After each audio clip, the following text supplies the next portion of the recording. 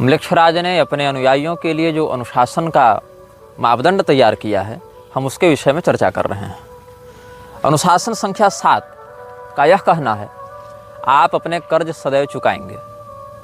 अपने कर्ज चुकाएंगे, इससे तात्पर्य केवल आर्थिक कर्ज नहीं है। जैसे कोई बैंक अपने ग्राहक को लोन देती है और उस ग्राहक से उसके बदले सूद लेती है, तो ये एक प्रकार का आर्थिक विनिमय हो गया, कर्ज का आदान प्रदान हो गया। लेकिन यहाँ पर ऑलवेज पे योर डेब्ट्स, आप सदैव अपने कर्ज चुकाएंगे। इसका तात्पर्य यह है कि अगर म्लेच्छराज के किसी सेवक के द्वारा आपके प्रति कोई उपकार किया गया है, तो आप उस उपकार को अवश्य चुकाएंगे। आप बीच में संगठन नहीं छोड़ सकते हैं। मतलब आप संगठन के द्वारा दिए गए उपकार का बदला सदैव चुकाते रहेंगे। जहाँ भी आपका कार्य क्षेत्र हो, जहाँ पर भी आप कार्य कर रहे हों, चाहे आप नेता हों, चाहे आप अभिनेता हों, चाहे आप खिलाड़ी हों, चाहे आप उद्योगपति हों, चाहे आप चिकित्सक हों, चाहे आप लेखक हों, चाहे आप वैज्ञानिक हों, चाहे आप व्यवसायी हों या जो भी हों, संगठन के द्वारा, म्लेच्छराज के लोगों के द्वारा आपके प्रति जो उपकार किया गया है, आपको जो बल या संसाधन प्रदान किए गए हैं, आप उसका बदला सदैव चुकाएंगे। कभी भी एक तरफा ये संबंध नहीं होगा कि आपने वहाँ से लाभ उठा लिया और जब अपने कर्तव्य के निर्वहन की बात आई तो आप पीछे हट गए। 8वां नियम यह कहता है, एक जान की कीमत गोली की कीमत से सदैव अधिक होती है। ये बात जानकर आपको आश्चर्य होगा कि विश्व में हथियारों की सप्लाई, हथियारों के निर्माण, हथियारों की खपत बहुत अधिक है और बड़ी बड़ी अर्थव्यवस्थाएं केवल इसीलिए चल रही हैं कि कहीं पर युद्ध हो रहा है। किसी देश में चल रहे युद्ध से वहाँ की अर्थव्यवस्था नष्ट होती है, तो किसी देश में उसी युद्ध के कारण अर्थव्यवस्था चमक जाती है। लेकिन म्लेच्छराज का यह नियम है कि उसके अनुयायी गोली से अधिक जान की कीमत समझेंगे, गोली से अधिक महत्व प्राण को देंगे। अब गोली जो है वो म्लेच्छराज के अर्थव्यवस्था में एक बहुत बड़ा हिस्सा अदा करती है। गोली के कारण, हथियारों के कारण, मिसाइल के कारण, बम बारूद के कारण म्लेच्छराज की अर्थव्यवस्था बहुत ऊपर जाती है और साथ ही साथ विश्व की जनसंख्या उससे संतुलित रहती है। तो म्लेच्छराज को अपने मानसिक गुलामों के ऊपर नियंत्रण करने में बड़ी सुविधा रहती है। लेकिन इसका जो नियम है कि गोली की कीमत जान की कीमत से सदैव कम रहेगी, ये नियम उसके सेवकों के ऊपर बहुत महत्वपूर्ण रूप से लागू होता है, ताकि केवल वो लोग मरें जो म्लेच्छराज के प्रति पूर्णतया समर्पित नहीं है। क्योंकि अगर अपने ही गुलाम मर जाएंगे तो काम कौन करेगा? इसलिए गुलाम जिंदा रहें, गुलाम अपना काम करते रहें। जॉम्बी जो हैं, जॉम्बी का सरदार जॉम्बी को नहीं मरने देता। वेम्पायर इत्यादि के जो सरदार है वो वेम्पायर को नहीं मरने देते, यही मैथोलॉजी में कहा जाता है।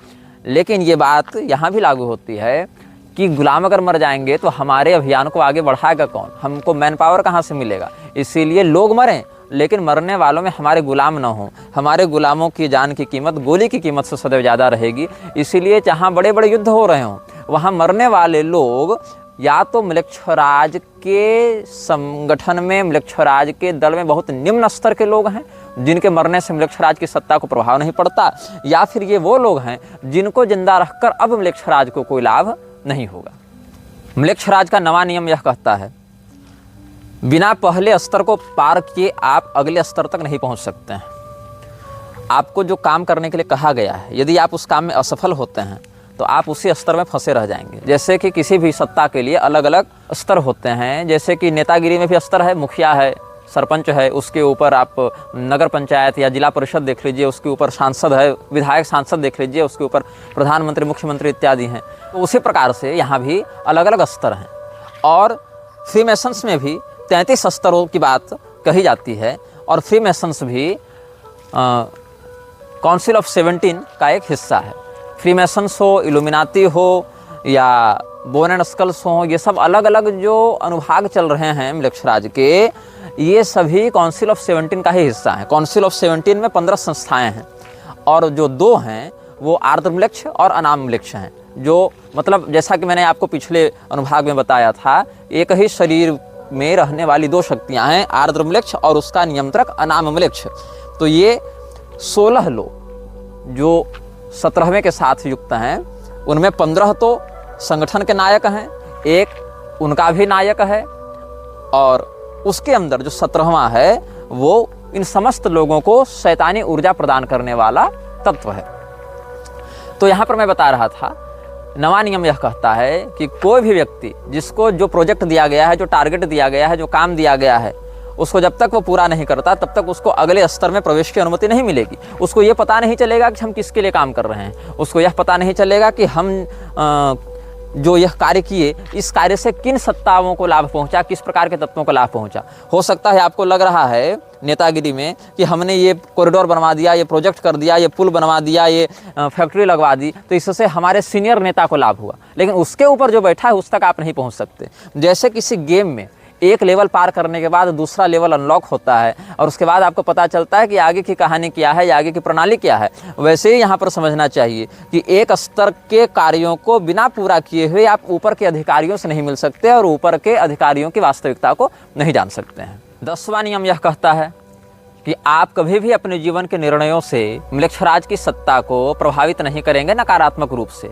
आपके द्वारा की गई कोई डील, आपके द्वारा किया गया कोई निर्णय, आपके द्वारा दिया गया कोई वक्तव्य अगर म्लेच्छराज की सत्ता को एक्सपोज कर रहा है, म्लेच्छराज की सत्ता के हितों के विरुद्ध जा रहा है, तो आपको न केवल उसके संगठन से बाहर किया जाएगा, अपितु आवश्यक होने पर 2 स्थितियों में या तो आपको निजी रूप से गायब कर दिया जाएगा, मार दिया जाएगा, या फिर आपके समस्त परिवार और राजदारों के साथ आपको नष्ट कर दिया जाएगा।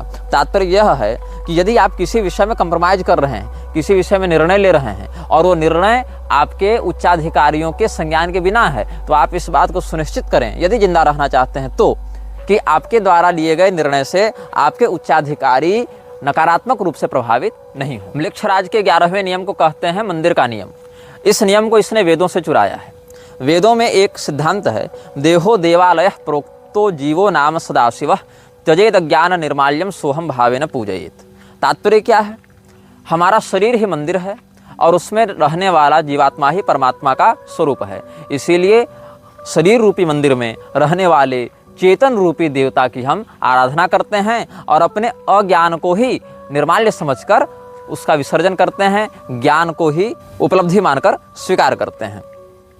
मैं वह परमात्मा हूँ, मैं ही परमात्मा का अंश हूँ, मैं ही परमात्मा हूँ, ऐसा समझते हुए जीव और ब्रह्म में अभिन्नता का विचार करते हुए आत्मयजन का उपदेश शास्त्र करते हैं। लेकिन इसी बात को नकारात्मकता की ओर से ले जाते हुए जो 11वां नियम है वह कहता है कि पहले नियम के आधार पर आपने जिस अनाम वृक्ष की ज्योति की प्रतिष्ठा अपने हृदय में की थी, उसी ज्योति को आप अपने आत्मसात भाव से जगाते रहें और अपने शरीर को कभी भी आप क्षति नहीं पहुंचा सकते हैं। एक बात ध्यान दीजिएगा, पूरे विश्व में ड्रग, नशेबाजी, व्यभिचार और मानव तस्करी इत्यादि में म्लेच्छराज का प्रत्यक्ष हाथ है, किंतु म्लेच्छराज के जो उच्चाधिकारी हैं उनको शराब पीने की अनुमति नहीं होती है। म्लेच्छराज के उच्चाधिकारियों को ड्रग लेने की अनुमति नहीं होती है। म्लेच्छराज के छोटे छोटे सेवक कर सकते हैं ऐसा, क्योंकि कंज्यूमर भी तो वही बनाएंगे ना, लेकिन म्लेच्छराज के जो उच्चाधिकारी हैं वो कोई भी ऐसा तत्व अपने शरीर में नहीं डाल सकते हैं जो उनके शरीर के वाइटल ऑर्गन्स को प्रभावित करे, उनके शरीर के किडनी, लिवर इत्यादि को नष्ट करे। क्योंकि जितने शरीर में वो ज्योति प्रतिष्ठित रहेगी, अनाम म्लेच्छ की सत्ता प्रतिष्ठित रहेगी, उतनी उसकी शक्ति बढ़ेगी। इसीलिए अपने प्रमुख अधिकारियों को शराब पीने, चरस फूंकने और किसी भी प्रकार के ऐसे ड्रग को लेने से म्लेच्छराज ने प्रतिबंधित रखा है जो कि उसके सेवकों के शरीर को अस्थायी रूप से क्षति पहुंचा सकते हैं या अंगों को विकृत कर सकते हैं। म्लेच्छराज का 12वां नियम ये भी इसने वेदों से चुराया है। वेदों का अनुशासन है, मातृदेवो भव, पितृदेवो भव, आचार्य देवो भव। म्लेच्छराज ने इसी बात को अपने स्वार्थ के लिए प्रयोग किया और अपने सेवकों के लिए इसको नकारात्मक रूप से प्रस्तुत किया। म्लेच्छराज का यह कहना है कि जो व्यक्ति अपने माता पिता के प्रति वफादार होता है, माता पिता के प्रति निष्ठा रखता है, वही व्यक्ति म्लेच्छराज का सच्चा सेवक भी बन सकता है। आपको आश्चर्य होगा जानकर कि कैसे। अगर कोई व्यक्ति अपने माता पिता से बहुत प्रेम करता है, अपने माता पिता की बात मानता है, तो इस बात से यह भी साबित होता है, यह बात भी सिद्ध हो जाती है कि वो व्यक्ति कभी भी कोई ऐसा कृत्य नहीं करेगा जिससे उसके माता पिता दुखी हों, उसके माता पिता रुष्ट हों, उसके माता पिता की सुरक्षा पर कोई नकारात्मक प्रभाव पड़े। तो जो व्यक्ति अपने माता पिता के भक्त होते हैं, म्लेच्छराज चाहता है कि ये उसके गुलाम बने। ताकि समय आने पर अगर वो म्लेच्छराज के विरुद्ध विद्रोह करना चाहें या उसकी सत्ता को चुनौती देना चाहें तो उसके माता पिता के ऊपर संकट का व्यवहार करके, षड्यंत्र करके म्लेच्छराज अपने सेवकों को अपने नियंत्रण में रख सकता है, ताकि अपने माता पिता के जान की सुरक्षा करने के लिए, अपने माता पिता के प्रेम में के वशीभूत होकर व्यक्ति म्लेच्छराज के विरुद्ध जाने का साहस न कर सके। म्लेच्छराज के 13वें नियम को कहते हैं शत्रुबोध का नियम, कि आपको बिल्कुल अच्छे से यह ज्ञात होना चाहिए कि मेरा शत्रु कौन है और मेरा मित्र कौन है। जैसा कि आजकल बहुत से आधुनिक युवा रेड फ्लैग और ग्रीन फ्लैग की बात करते हैं। अब हाल ये है कि ऐसे युवाओं को बाजार में सब्जी लाने भेजा जाए तो उनको मेथी, पुदीना, पालक और धनिया का अंतर नहीं पता चलता, लेकिन किसी व्यक्ति के किसी कहे हुए, किए हुए 1-2 वक्तव्य और कृत्यों से वो बिल्कुल ठीक ठीक यह समझने का भ्रम पाल लेते हैं कि हम उसके विषय में सब कुछ जान गए।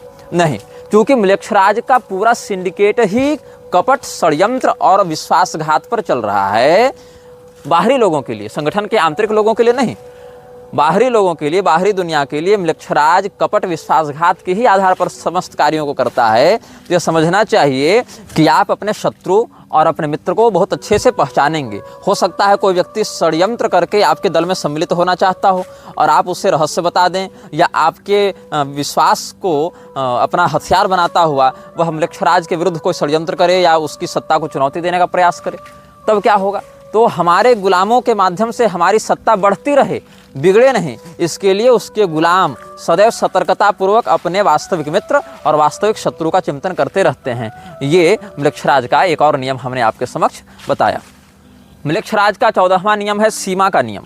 आपको अपनी औकात पता होनी चाहिए, आपको अपना पोटेंशियल पता होना चाहिए, आपको पता होना चाहिए कि आप किस किस काम में अच्छे हैं। जिस काम में अच्छे हैं केवल वही करने की अनुमति है।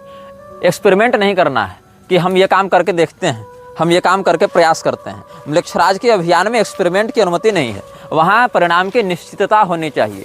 हम जो कर रहे हैं उससे हमारे अभियान में क्या परिणाम प्राप्त होगा ये शोध का विषय नहीं होना चाहिए।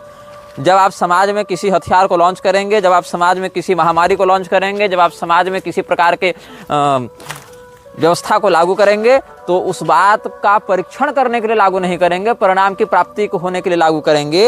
यही 14वां नियम है जो कहता है सीमा का नियम। सीमा का नियम मतलब आपको अपनी लिमिट पता होनी चाहिए, आपको अपना सामर्थ्य और अपनी कमजोरी का बिल्कुल स्पष्ट बोध होना चाहिए।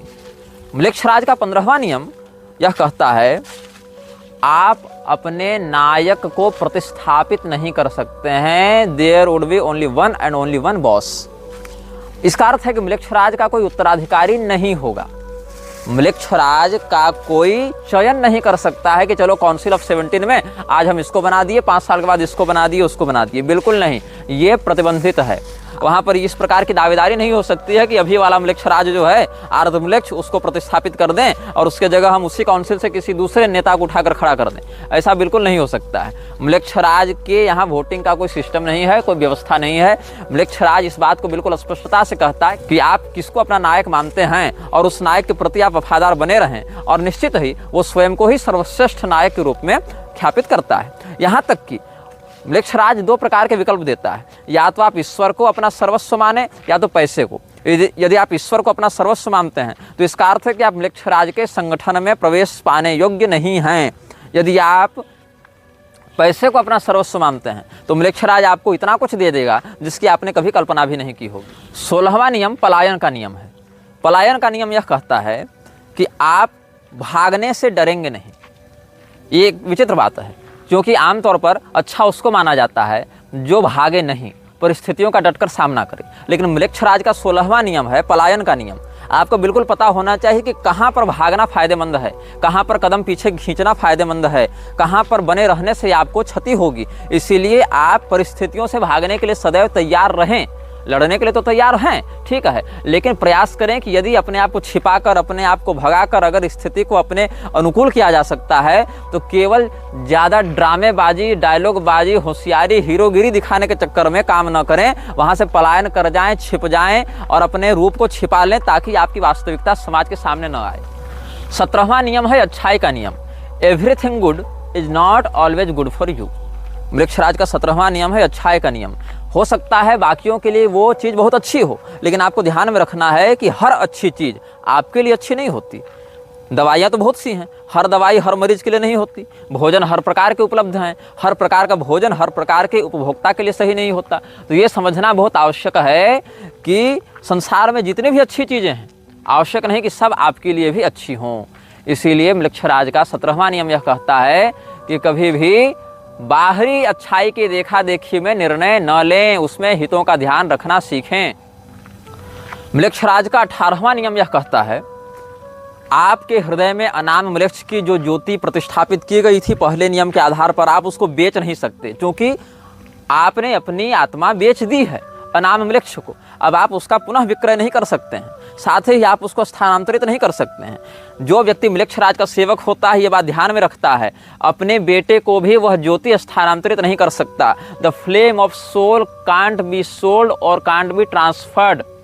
वो जो ज्योति स्थापित करता है, जैसा कि मैंने कल आपको बताया था पिछले अनुभाग में कि असुर राजाओं ने अनाम मृक्ष और आर्द्र मृक्ष के स्तर प्रारूप के लिए बच्चों का बलिदान देना प्रारंभ किया था, अग्निकुंड में डालकर। बाल वर्शिप करके भी एक ऐसा ही रिचुअल यहूदियों में देखा जाता है, जहाँ पर बच्चे को इस प्रकार से बलिदान दे देते हैं। और बाल वर्शिप बहुत गुप्त रूप से किया जाता है, जिसकी कई बार संकेत के रूप में झलक समाचार पत्रों में या सोशल मीडिया इत्यादि पर भी प्राप्त हो जाती है। तो यह समझना आवश्यक है कि आपके हृदय में जो अनाम मृक्ष की ज्योति है वो स्थानांतरित नहीं की जा सकती, हर व्यक्ति के लिए व्यक्तिगत होती है। उसको संपत्ति के आधार पर वसीयत में नहीं डाला जा सकता, उसके माध्यम से। और ये भी नहीं कि आप विसर्जित कर सकते हैं, क्योंकि उससे आपकी चेतना जुड़ी हुई है। यदि आप उसको विसर्जित करेंगे तो आपकी आत्मा को भी शरीर से बाहर निकलना पड़ेगा। ये नहीं कि हमने ज्योति निकाल दी और हम आत्मा को अपने शरीर में धारण किए हुए हैं, ऐसा नहीं हो सकता है। वो दोनों की संयुक्त प्रतिष्ठा होती है।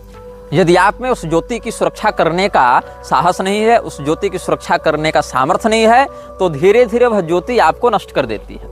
अर्थात जैसे आप किसी गाड़ी में बैठे हुए हैं और गाड़ी का नियंत्रण कर रहे हैं, लेकिन अगर गाड़ी से आपका नियंत्रण चला जाए तो वो गाड़ी स्वयं को भी नष्ट कर लेती है और आपको भी नष्ट कर देती है। उसी प्रकार से हृदय में जो अनाम मृक्ष की ज्योति जलती है, जब द फ्लेम ऑफ सोल जो उसने स्थापित किया हुआ है, वह जो अग्नि ज्वाला है, उस अग्नि ज्वाला को यदि आप नियंत्रित नहीं करते हैं तो अग्नि ज्वाला आपको नियंत्रित करते हुए मानसिक रूप से पागल कर देती है और विनष्ट कर देती है। 19वां नियम यह कहता है, the talks of house remain in the house. Council में जो बात होगी वो काउंसिल में ही रहेगी। किसी भी सार्वजनिक समाचार पत्र में, किसी भी मीडिया चैनल में, किसी भी प्रकार के प्रसारण संबंधी व्यवस्था में उसको सार्वजनिक नहीं किया जाएगा। यदि आप उस बात को सार्वजनिक करते हैं किसी ऐसे व्यक्ति के सामने जो काउंसिल का सदस्य नहीं है, किसी ऐसे व्यक्ति के सामने जो उस ज्योति को धारण नहीं करता है, जो ज्योति धारक नहीं है, तो भी आपको मार दिया जाएगा। मतलब जो भी घटनाएं, जो भी निर्णय, जो भी परियोजनाएं काउंसिल की बैठक में चर्चित होंगी, निर्णीत होंगी, वो केवल और केवल काउंसिल सदस्य ही जान सकते हैं। वही व्यक्ति जान सकता है जिसने अनाम मृक्ष की ज्योति की प्रतिष्ठा अपने हृदय में की है। 20वां नियम है उद्देश्य का नियम। कभी भी अनाम मृक्ष की ज्योति का धारक अपने लिए किसी भी चीज की वैयक्तिक कामना अनाम वृक्ष के विरुद्ध जाते हुए नहीं कर सकता है। मृक्षराज के उद्देश्य को पूर्ण करना ही उसके जीवन का, उसके कृत्य का अंतिम और सर्वोच्च लक्ष्य होना चाहिए। वो प्रसिद्धि की चाह में, पैसे की चाह में या समाज में प्रतिष्ठा की चाह में अनाम वृक्ष के विरुद्ध नहीं जा सकता है और अनाम वृक्ष के अभियान को खतरे में नहीं डाल सकता है। You will not seek for your name and fame, you will always seek for Mrikshiraj's success in his missions. यह video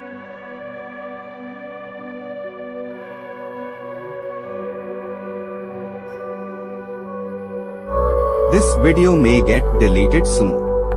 Please download using third-party apps. You may also re-upload this video on your channels. Thank you.